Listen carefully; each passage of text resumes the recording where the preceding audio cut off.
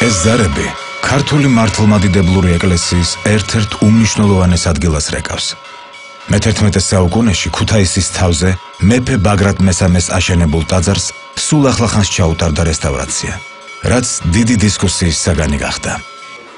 ქუთაისის მიტროპოლიტი მეუფე კალისტრატე ამაღად გვიჩვენებს ტაძარს, რომლის თანამედროვე საშენი მასალებით გარემონტებამ დავა გამოიწვია.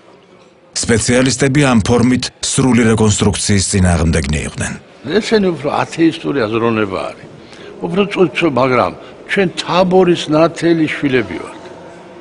ჩვენი ენით, ჩვენი ტრადიციებით, ჩვენი სიყვარულით, ჩვენი ტოლერანტობით. ხო, ქრისტეს სახარება იქადაგოს, მრევლი გაანათლოს. ჩვენი მიზანი მარტო კი არ არის ადამიანი მოვიდეს.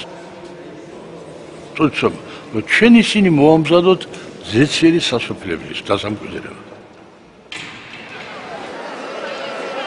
2012 წლის შემოდგომაზე საკათედრო ტაძრის გახსნასა და კურთხევაზე ათობით ათასი მორწმუნე მოვიდა ქვეყნის ყველა კუთხიდან.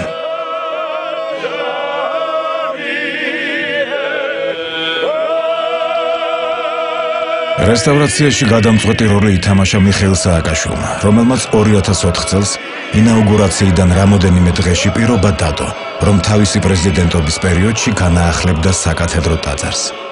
იმას, რომ პრეზიდენტმა როგორც პოლიტიკოსმა თავისი სიტყვა შეასრულა, მიტროპოლიტი პატარა სასწაულად მიიჩნევს.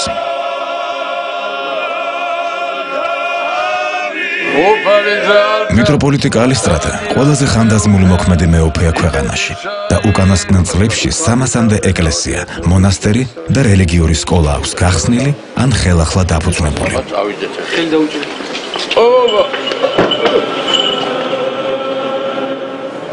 ბაგრატის ტაძარი საქართველოს ერთიანობის სიმბოლოა, რადგანაც ბაგრატ მესამე იყო პირველი მეფე გაერთიანებული საქართველოს მონარქიისა, რომელიც აფხაზეთიდან კახეთამდე იყო გადაჭიმული.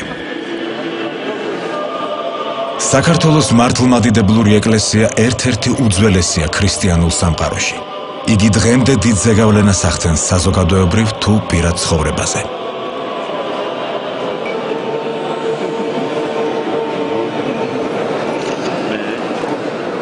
მთელი თავისი ისტორიის მანძილზე ქრისტიანულ ქვეყანას ხშირად ესხმოდნენ თავს მუსლიმანი მბრძანებლები და მათი ჯარები. მათ შორის იყვნენ თურქი დამპყრობლები, რომლებმაც ბაგრატის საკათედრო ტაძარი მე-14 საუკუნეში გადაწვეს. ძეგლის ნანგრევები 1994 წელს იუნესკოს მსოფლიო კულტურის ძეგლთა ნუსხაში შეიტანეს, საიდანაც ის წითელ სიაში მოხვდა.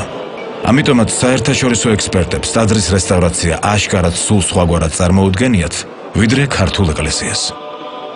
ბევრი ჩვენ ტრადიციებით გავაკეთეთ.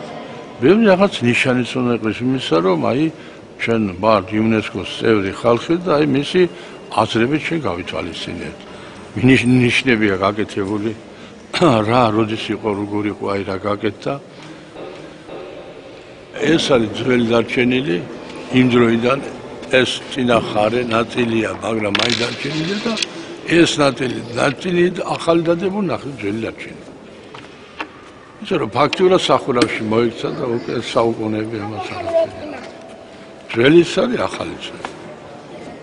მასალაშია განსხვავება და კიდე რაღაც სამებში და მას ციმეთ მივხედავთ როგორც საჭირო ის.